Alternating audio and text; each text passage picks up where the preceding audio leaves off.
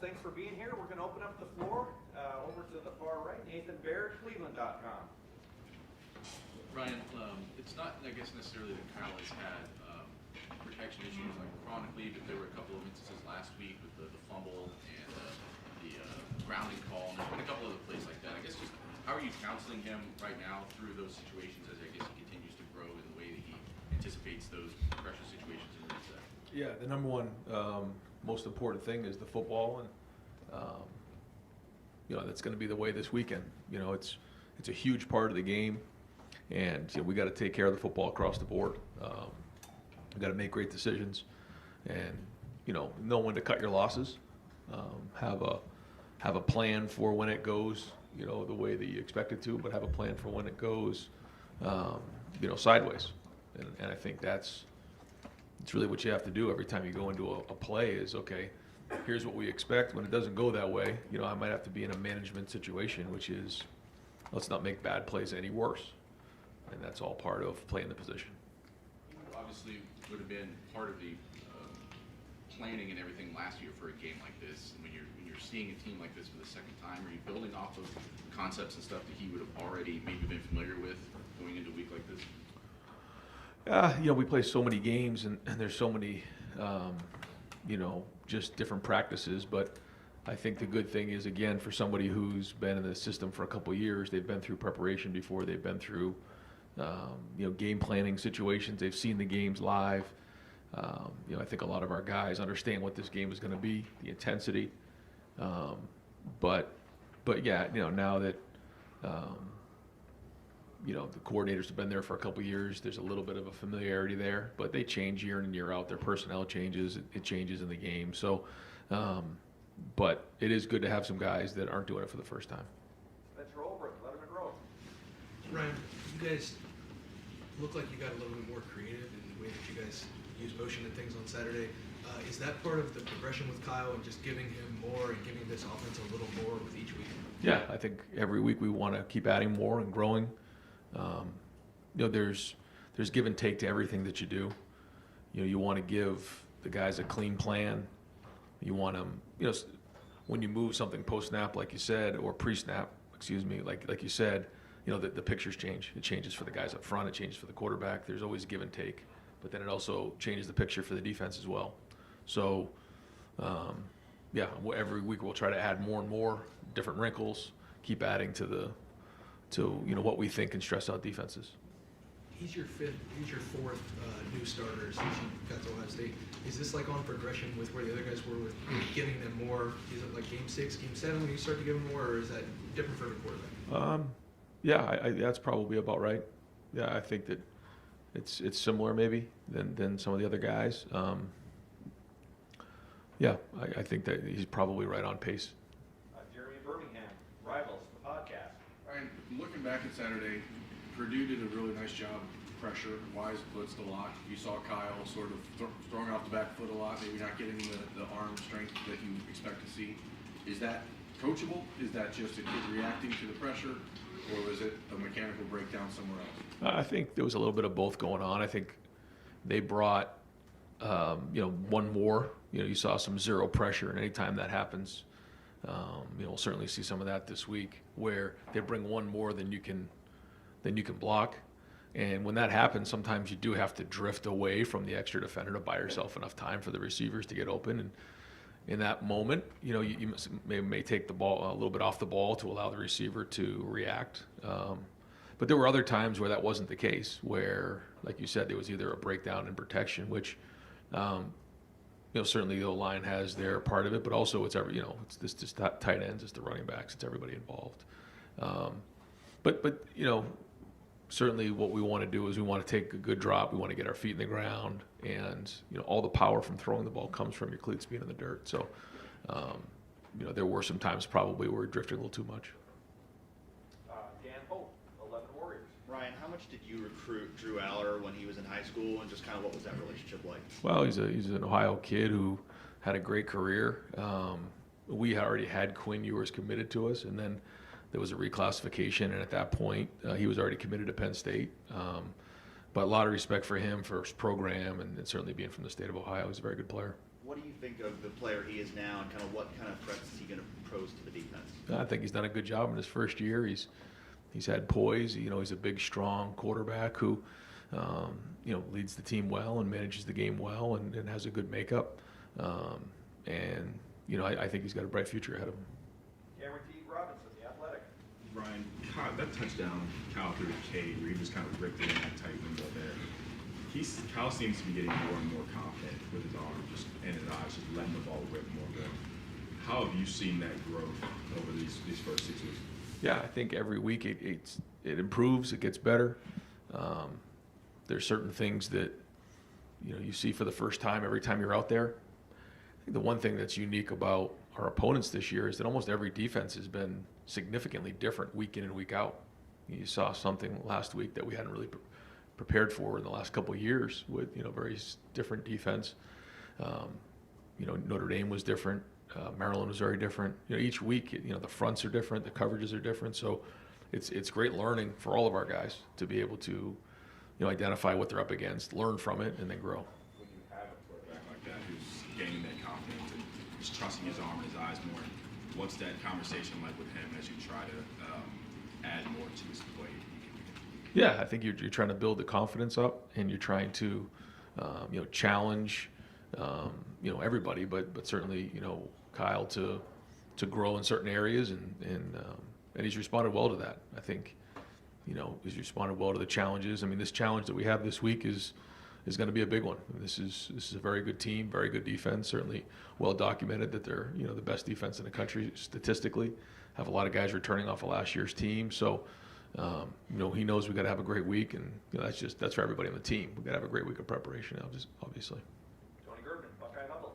Ryan, how can you tell you're facing a great defense if they haven't faced any top offenses? Well, you know what they are coming off of last year. They're a very, very good defense, and you know, you can see the turnovers they're creating, and you know, they played against some solid teams. It's not like, you know, they haven't played against anybody.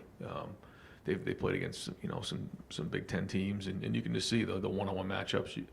And then also, like you said, coming off of last year. I mean, these guys have played before, and some veteran guys on that side of the ball. So, I mean, they're a very good defense. And they've created some turnovers this year, a bunch of interceptions against Illinois. How much do you talk to Kyle about that this week? Is it more than any other week, or the same as it always is? Just like every week, yeah.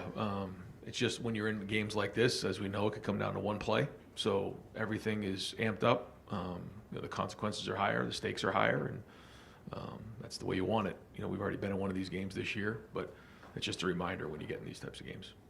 Dave Biddle, 24/7 Sports. Dallin Hayden got his first extended action. What did you see out of him that you liked? Yeah, I thought when the ball was in his hand, he did some really good things.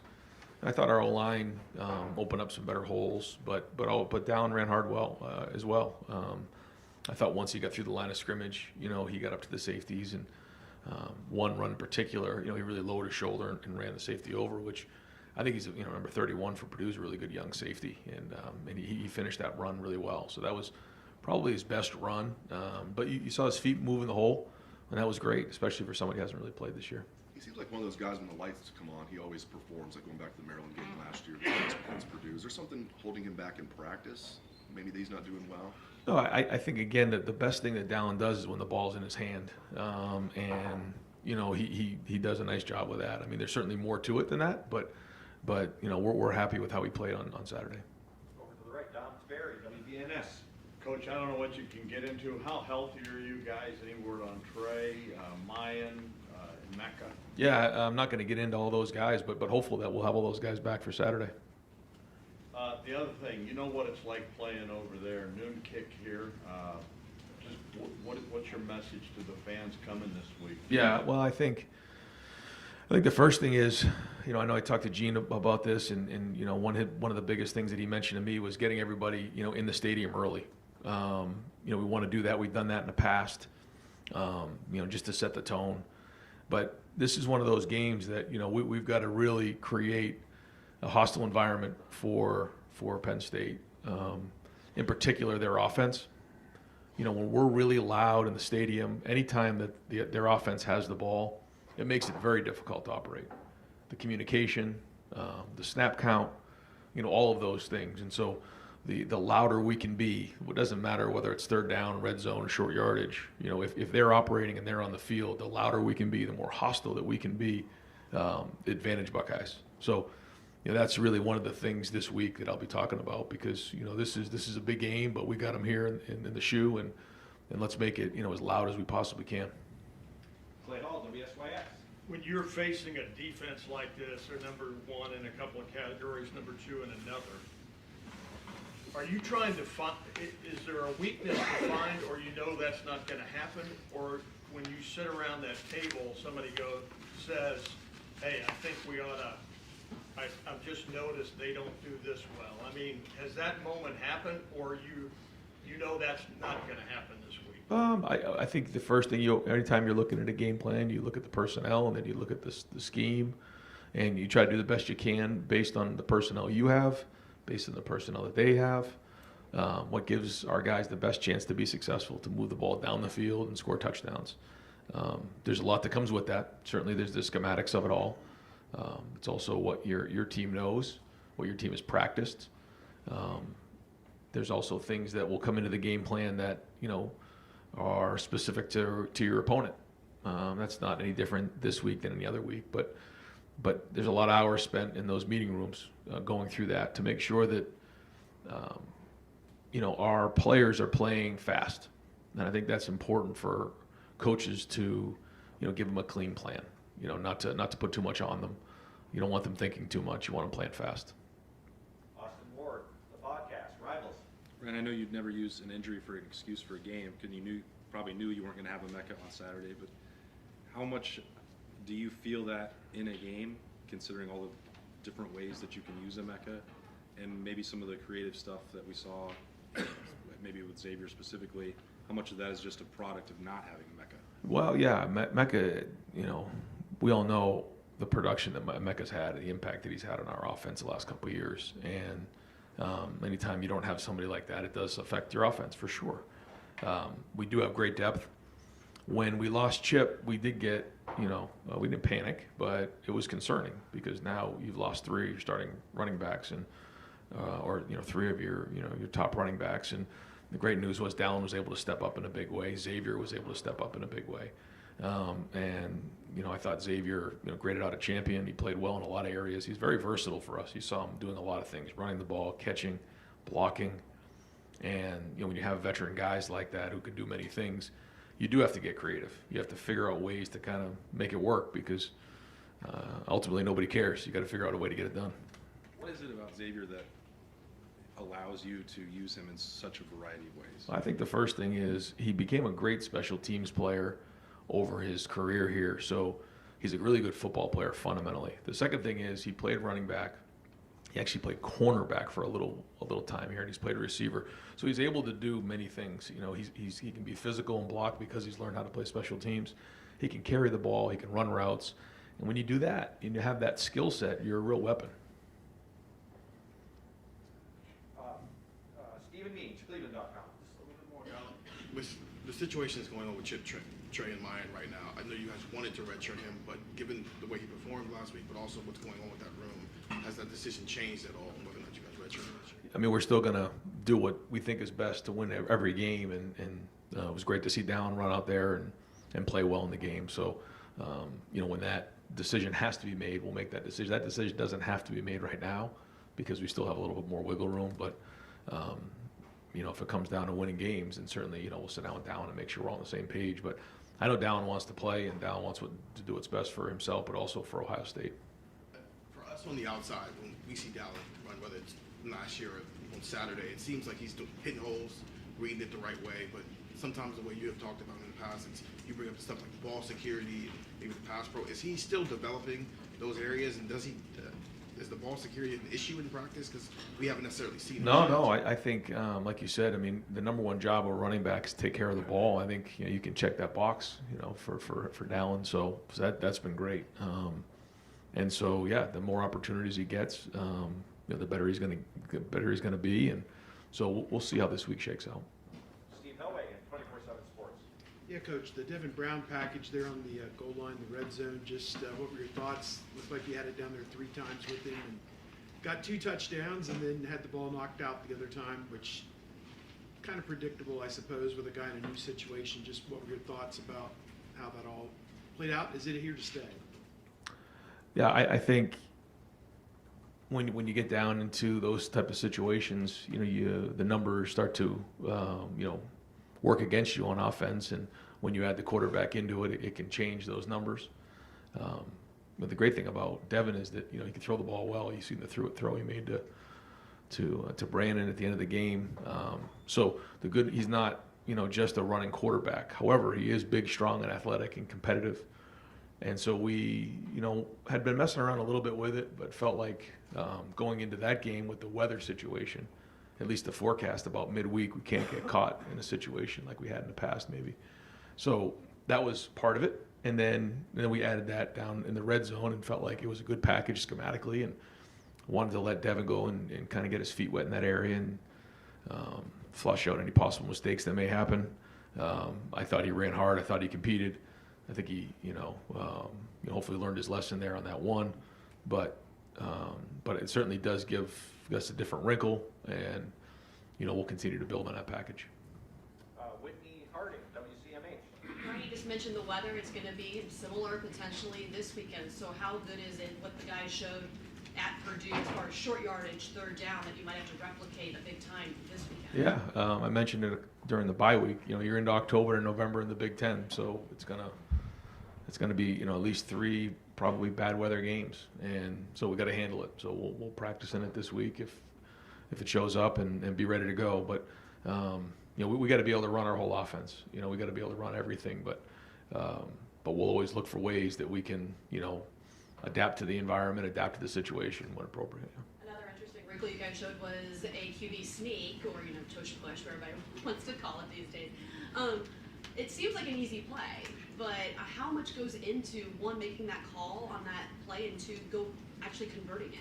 Yeah, I mean, there's pluses and minuses to everything that you do, and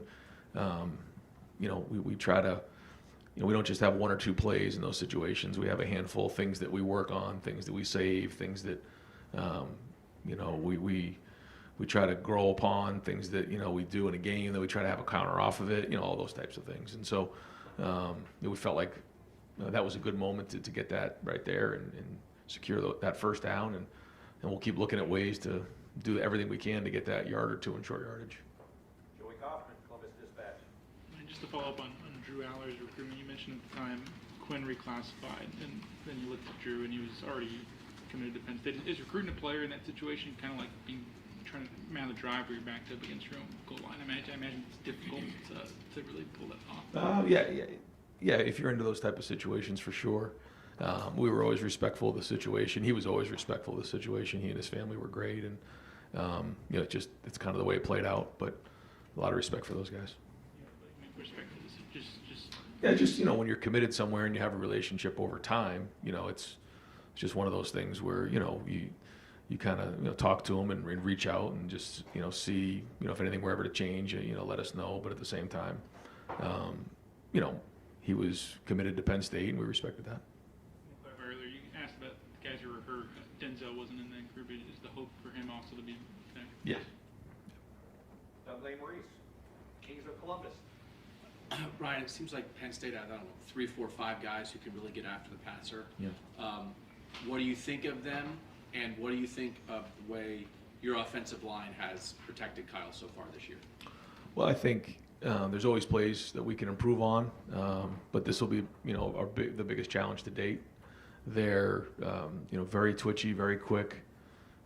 They get after the quarterback at a high level. Both ends, are NFL players for sure. They've been very productive, disruptive, and so, our tackles in particular are going to have to do a great job. They are creative about, where they align guys and everything. So it's going to be everybody. They do a lot of moving and do a lot of blitzing. So, we're going to be on our game. But, it's been like that against Penn State for a long time. And I think Penn State's second in the nation in time of possession. Haven't been very explosive offensively, but they grind it out. Numbers of plays for you guys and number of possessions has been something that's come up this year. Is there anything you have to prepare for in case this is a a short possession game because that's stylistically kind of how they play. Yeah, well, it's interesting. I think they've done a really good job this year. They have a good offense, good offensive line, big and strong. The running backs run hard. But some of those games that they've been in with, with all the turnovers, I think in maybe the Iowa game, there was 90 to plays to like in the mid-30s, which I've never heard that before. And so they've done an unbelievable job of creating turnovers and, giving their offense the ball. And then, like you said, they've kind of held on to the ball and played complementary football there. So, yeah, we got to look into all those things. Certainly taking care of the football is going to be of utmost importance here. But no, they've done a nice job of that. So, we'll have to have contingency plans in place for that. Brendan Gulick, Buckeyes Now on Sports Illustrated. Coach, actually kind of building off Doug's question, Penn State's almost dead last in the country in number of plays that have gone for 20 or more yards. They just haven't had a lot of explosive plays. I'm curious how hard it is to prepare for things that maybe you haven't seen on film. Like you think you know what a team is capable of because you see their talent, but how hard is it to prepare for something that you haven't actually seen?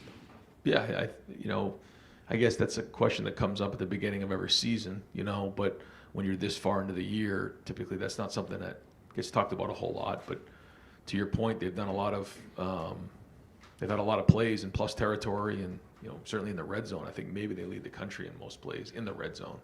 So, you may not see as many of those types of plays, but certainly, they have them. And then, look, you're 6 games into the season. You've got enough of a body of work for your own resume here to look at. How pleased are you with the way your team is progressing from where you were at the beginning of camp to the beginning of the year to where you are now? Well, it's, every week you come up for air and figure out where you want to get better, where you need to get better. And then, you kind of, identify the things that you need to continue to enhance, but then other things that you need to improve on. And, you go into the game and that, like I said, that's the test. Well, we got a big test on Saturday. So it's hard for me to say right now because this is just such a big game and our focus is all in this game. So, again, better idea after Saturday. Rob Aller, Columbus Dispatch.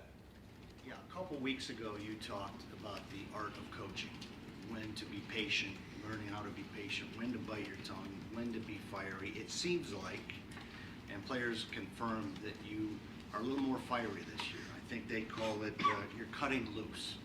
The question is this something, you have the pulse of your team better than anybody, is this something that's intentional that you're doing? Is this just a progression of being comfortable in your skin? I think this team likes to get coached hard. I do. I think, they do. And this is a great team that can get pushed and, they respond well. And this is a tough game. There's a lot riding on every game, and we know that. And so it's my job to bring it every week, every Saturday, and push as hard as I can. But, for the most part, it's thought out beforehand. I'm not just, flying off the handle, although I guess every once in a while I guess I would. But, I think the guys like to see the passion. I think they like to see that part of it. And so it's my job to bring that, and I'm going to continue to do that. And you're more comfortable doing it?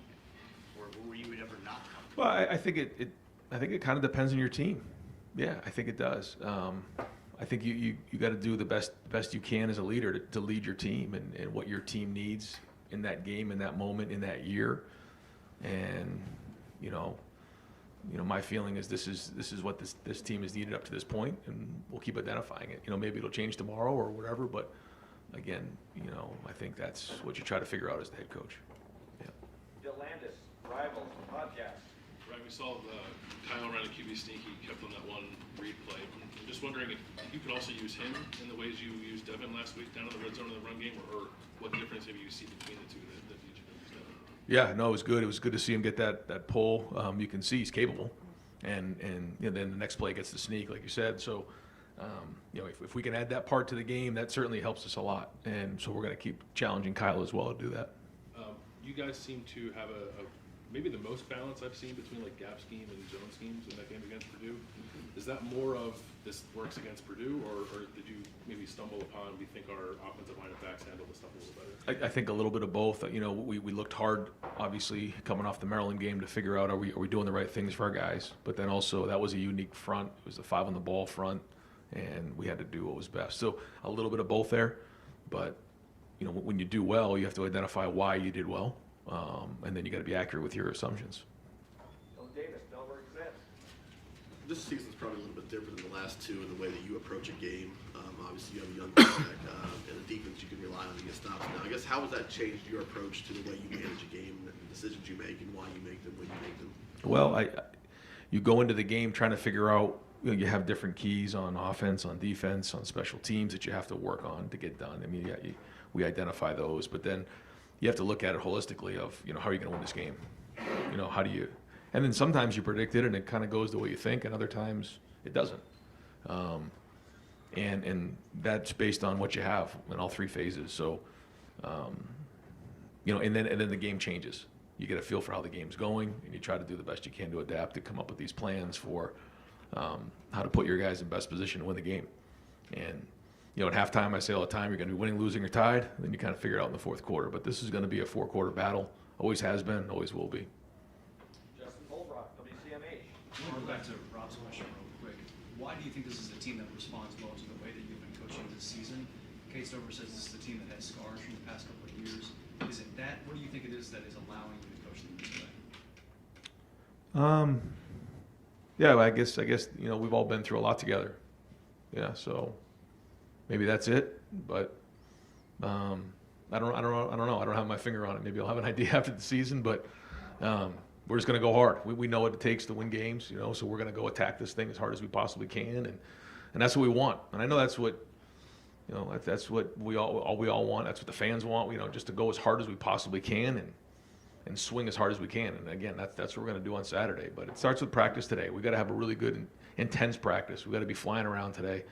I get more worked up for a Tuesday and Wednesday practice. I think I've said that before, than sometimes on Saturday, because it's so important that we do well. So we'll keep swinging, and you know, this is a good group of guys. And like you said, we all have scars. They have scars, and hopefully, you know, the more battles that you're in, the more battle ready you are. Bill Rabinowitz, Columbus Dispatch. The regular season's halfway over, but it seems like there's still so much we don't know about your team. I don't know if you have do you kind of agree with that there's still a bit of a mystery, just how good you are, and are your weaknesses truly weaknesses, or are they just, you know, normal steps in development? Probably say the same thing about Penn State. Well, yeah, I was going to say you probably say it about a lot of teams right now across the country, maybe. You know, I mean, so I don't know. I don't know if I have a good feel for who we are as a team, but now it's time to go play, you know, again in a matchup game, you know, top 5 matchup again, and I think we certainly have learned a little bit about, you know, the quarterback. We've learned a little bit about some of the guys who we didn't know early in the season, but you know, our guys, and we have the pen to go write the script of what the season's going to look like, and that's really what matters. So, you know, a big part of what you're saying is going to be what happens on Saturday. Obviously, you had a huge win against Notre Dame. This is the second big one. How much does at least having that experience give you confidence, or at least you know kind of where you stand from that game? Yeah, it gives you a little bit of a barometer, I guess. But that game is so much different than this game. You learn a little bit from every game you play during the season. And that was a very good team. You can see what they did last week. So it certainly does give, you know, some guys who maybe haven't played a lot some confidence, knowing that, you know, we did win that game.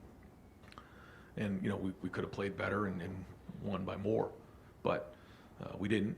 And but we did win the game. So there's kind of that you know, again, barometer that you use to say, okay, here's what I know playing in a game like that. Here's what I know I got to do if I'm going to improve, because that was a couple weeks ago, and we need to be, you know, much further along than we were at that game. And we'll wrap things up. Jim May. Yeah, Jim May Show. Yeah, good. Appreciate it, Jerry. I got about 100 questions. I'll only ask 2. Dallin Hayden, for example, 4 running backs.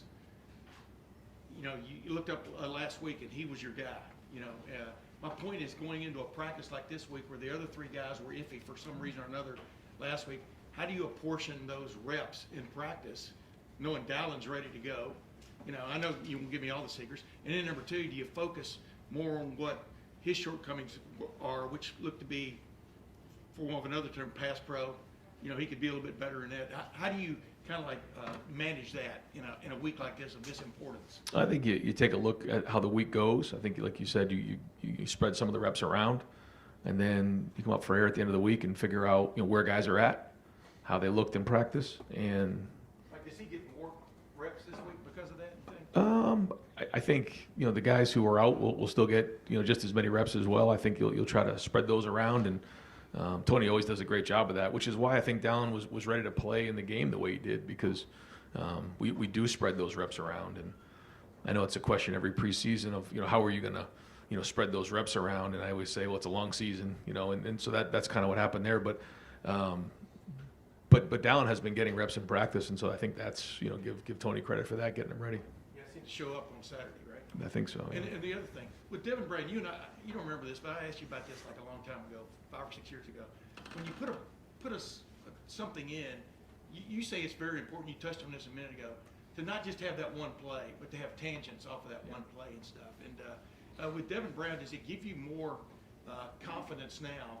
You know, obviously he learned from fumbling at the goal line. Does it give you more confidence now to go to that? You know, like much like Urban did with Tim Tebow, you know, way back when, you know, 2006. Yeah. No, I mean, that's why we did it, you know, to see what it looks like, put it on the field. You know, it's like one of those things, you just got to do it. And we did it. And, you know, we already worked through one of the issues, you know, and hopefully we're growing from that. But like you said, you know, then you build on it because it is different. It does give you a little bit of a different change of pace. And so, yeah, I mean, I liked the look in his eye. I liked his competitiveness. He's got to learn from that mistake. But other than that part of it, you know, I thought he handled the situation well. Thanks, man. You got it.